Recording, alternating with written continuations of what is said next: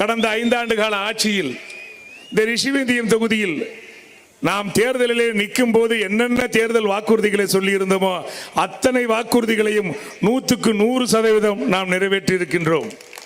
நாம் மேடைக்கு வருவதற்கு முன்னால் அதிமுகவை சேர்ந்த சில நண்பர்களிடம் பேசினார்கள்.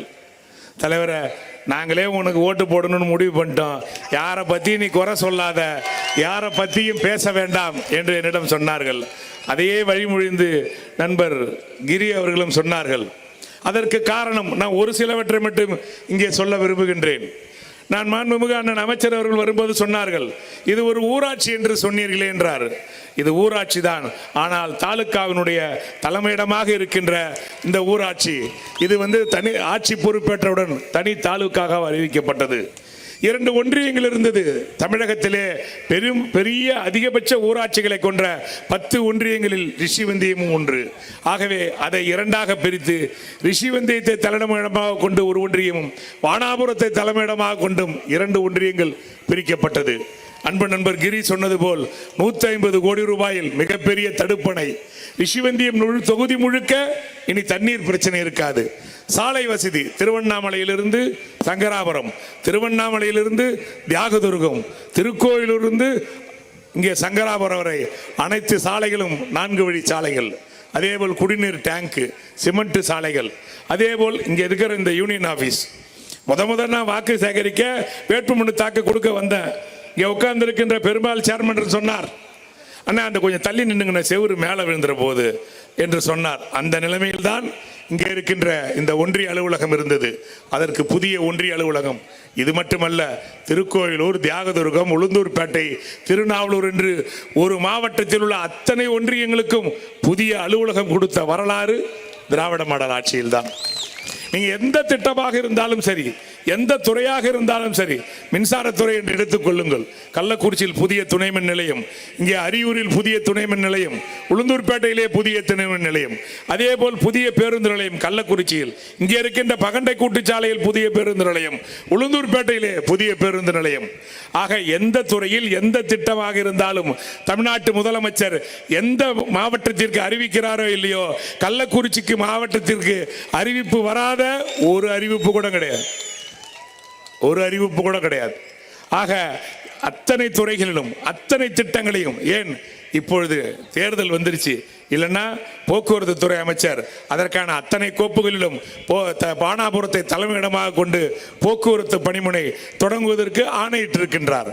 இங்கே புதிய வட்டாட்சியர் அலுவலகம், அதே போல் ரிஷிவந்தியத்தில் புதிய ஒன்றிய அலுவலகம் என அத்தனை துறைகளுக்கும் அத்தனை திட்டங்களுக்கும் கட்டடம் கட்டி தொடங்கப்பட்டிருக்கின்றது.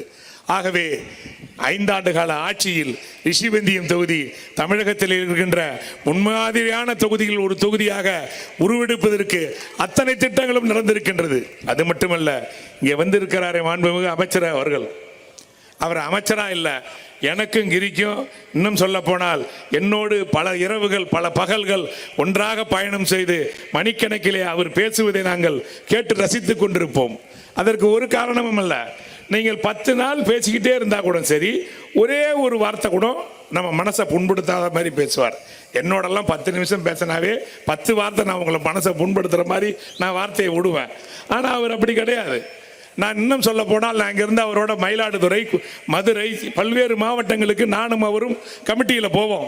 ட்ரெயினில் பர்த்தில் ஏறுவோம். அவர் சொல்லுவார், உனக்கு மேலே ஏற முடியாது, நீ கீழே படுத்துக்க, நான் மேலே ஏறுறேன்னு மேலே ஏறி படுப்பார். அந்த ரயில்வே ஸ்டேஷன் ஒரு நாள் கூட நான் எழுந்திரிச்சதே கிடையாது. அண்ணன் தான் இறங்கி சரியாக அங்கே நிற்கும் போது என்னை எழுப்பக்கூடியவர். இது நான் எதற்கு சொல்கிறேன் என்றால், அவரிடம் எதை கொடுத்தாலும் சிறப்பாக செய்யக்கூடியவர். உயர்கல்வித்துறையிலே அத்தனை திட்டங்களையும் பார்த்து பார்த்து பார்த்து செய்து கொண்டிருக்கின்ற தமிழ்நாட்டினுடைய சிறந்த உயர்கல்வித்துறை அமைச்சராக இருக்கின்றவர். ரிஷிவந்தியத்தில் இருக்கின்ற கலைக்கல்லூரிக்கு கட்டடமும் கொடுத்து அந்த கட்டடத்திலே மாணவர்களுக்கு பட்டமும் வழங்கி இருக்கிறார் என்றால் அதுதான் வரலாற்று நிகழ்வு. ஆக இங்கு மட்டுமல்ல, உளுந்தூர்பேட்டையில் நாங்கள் சென்று கோரிக்கை வைத்தோம் அமைச்சரிடம், என்ன இந்த உளுந்தூர்பேட்டைக்கு காலேஜே இல்லை, ஒரு கல்லூரி கொடுங்க, நீங்கள் கொடுத்தாதான் உண்டு என்று கேட்டவுடன் நின்ற இடத்திலேயே கள்ளக்குறிச்சிக்கு மட்டுமல்ல, என்னோடு பக்கத்தில் இருந்த அன்பு நண்பர் செங்கத்துக்கும் சேர்த்து 2 கல்லூரிகளாக ஆணையிட்டு கல்லூரி தொடங்கப்பட்டு கட்டட பணிகளும் நடந்து கொண்டிருக்கின்றது. இதுதான் திராவிட மாடல் ஆட்சி. ஆக எதை கேட்டாலும், எந்த திட்டங்களை கேட்டாலும் அத்தனை துறையில் இருந்தும் தமிழ்நாட்டிலே, அதாவது இன்னும் சொல்ல போனால் 32 துறையான 35 துறைகளில் ரிஷிவந்தியம் தொகுதிக்கு திட்டங்கள் ஒதுக்கப்படாத துறை என்பதே இல்லை என்கின்ற அளவிற்கு மாற்றுக் கட்சி நண்பர்களே, பல்வேறுபட்ட இயக்கங்களை சார்ந்த தோழர்களே, 5 ஆண்டு காலத்திற்கு முன்பு ரிஷிவந்தியம் எப்படி இருந்தது, இப்பொழுது எப்படி இருப்பதை உங்களுடைய உட்கார்ந்து சிந்தித்து பார்த்தால் உங்களுக்கே புரியும். ஆகவே அன்பு நண்பர்களே, எங்களுடைய தமிழ் திராவிட மாடல் தளபதி அவர்களுக்கு உங்களுடைய ஆதரவை தொடர்ந்து தாருங்கள். வருகின்ற தேர்தலிலே தமிழ்நாட்டு முதலமைச்சர் யாரை அறிவித்தாலும் வெற்றி பெற செய்வதற்கு தயாராகுங்கள். வருகின்ற தேர்தலிலே 200 அல்ல 234 தொகுதிகளிலும் திமுகவும் அதனுடைய தோழமையும் வெற்றி பெற்றது என்கின்ற வரலாற்றையும், ரிஷிவந்தியம் தொகுதியிலே உதயசூரியன் சின்னம் 1,00,000 வாக்குகள் வித்தியாசத்தில் வெற்றி பெற்றது என்கின்ற வரலாற்றை நிரூபிக்குமாறு உங்களை அன்போடு கேட்டு ஒரே ஒரு சின்ன செய்தியை மட்டும் நான் மீண்டும் உங்களிடம் சொல்ல விரும்புகின்றேன். இதை விட்டு அதுக்கப்புறம் சொல்றதுக்கான வாய்ப்பு கிடைக்காது. வந்திருக்கின்ற அமைச்சர் அவர்கள் இயற்கை என்று சொல்வதா, அல்லது இது நான் சாமி கும்பிட்றவன், நான் இதை சாமி ஜோசியன்னு சொல்லுவேன். முதலாக நான் 2016 தேர்தலில் நிற்கும் போது இங்கே இருக்கின்ற பெருமாள் அவர்களும் அண்ணன் மறைந்த பாண்டு அவர்களும் இங்கே ஒரு பொதுக்கூட்டம் போடுறாங்க. அந்த பொதுக்கூட்டத்திற்கு புவனேஸ்வரி நம்மளுடைய கோவிந்தராஜ் தான் அப்போ பொருளாளர். அவர் தான் என்னை இந்த கூட்டத்துக்கு கூட்டு வரார். அந்த கூட்டத்தினுடைய பேச்சாளர் யார் என்றால், இங்கே அமர்ந்திருக்கின்ற மாண்புமிகு அமைச்சர் அண்ணன் கோவி செழியன் தான் தலைமை கழகத்தில் இருந்திருக்க பேச்சாளர். அந்த சட்டமன்ற அலுவலகத்திற்கு முன்பு பேசும்போது சொல்கின்றார், இந்த தேர்தலிலே உதயசூரியன் சின்னம் வெற்றி பெறும், யாரை நிறுத்தினாலும் வெற்றி பெறும் என்று சொல்லிவிட்டு மேடையில் இருந்து சொல்கின்றார், கீழே இறங்கின உடனே என்னுடைய மனமார்ந்த வாழ்த்துக்கள், 2 மாசம் கழிச்சு நம்ம இருவருடைய குரலும் சட்டமன்றத்திலே ஒலிக்கும் என்று சொல்லி சென்றார். வெற்றி இங்கே தலைவரால் அறிவிக்கப்பட்டு வெற்றி பெற்றேன். இப்பொழுது அறிவிச்சாங்க பேச்சாளரெல்லாம், எங்க தலைமை கழகத்திலிருந்து அமைச்சர்கள்லாம் ஓரமா நில்லுப்பா போட்டிருந்தாங்க. எனக்கு யாரை போடுறாங்கன்னு உண்மையாலுமே தெரியாது. ஆனா அண்ணனை கேட்கணும்னு நான் நினைச்சுக்கிட்டு இருந்தேன். ஆனால் அறிவிப்பில் பார்த்தால் ரிஷிவந்தியம் தொகுதிக்கு மாண்புமிகு உயர்கல்வித்துறை அமைச்சர் கோவி செழியன் சிறப்புரையாற்றுகிறார் என்றார். அதுதான் இயற்கை என்று நான் உண்மையாலுமே அண்ணனை அறிவிச்ச அன்னைக்கே நினைச்சேன். 1,00,000 வாக்குகள் என்பது கண்டிப்பாக நிச்சயம் கிடைக்கும் என்கின்றதை நான் அப்பொழுதே உணர்ந்தேன். அது மட்டுமல்ல, நான் மாண்புமிகு ஐயா பொதுப்பணித்துறை அமைச்சர் ஐயா அவர்கள் நம்மளுடைய மாவட்டத்தில் உள்ள ஒவ்வொருவரையும், அது தொண்டர்களாக இருந்தாலும் சரி, இங்கே இருக்கின்ற ஒன்றிய கழக செயலாளர்களாக இருந்தாலும் சரி, ஏன் இங்கே வந்திருக்கின்ற அமைச்சராக இருந்தாலும் சரி, அத்தனை பேரையும் பார்த்து செதுக்கி வளர்ப்பதிலே வல்லமை பெற்றவர். வசந்த கார்த்தியன் என்பவரை தன்னுடைய பிள்ளையாக, இங்கே வந்திருக்கின்ற கிரியும் ஒரு புள்ள தான், அதில் சண்டை வர நான் விரும்பல. ஆகவே பார்த்து எப்படி நம்மை வளர்த்தாரோ, எப்படி உருவாக்குகின்றாரோ, அதே போல் இந்த தொகுதிக்கு எண்ணற்ற திட்டங்களை உருவாக்கினார்.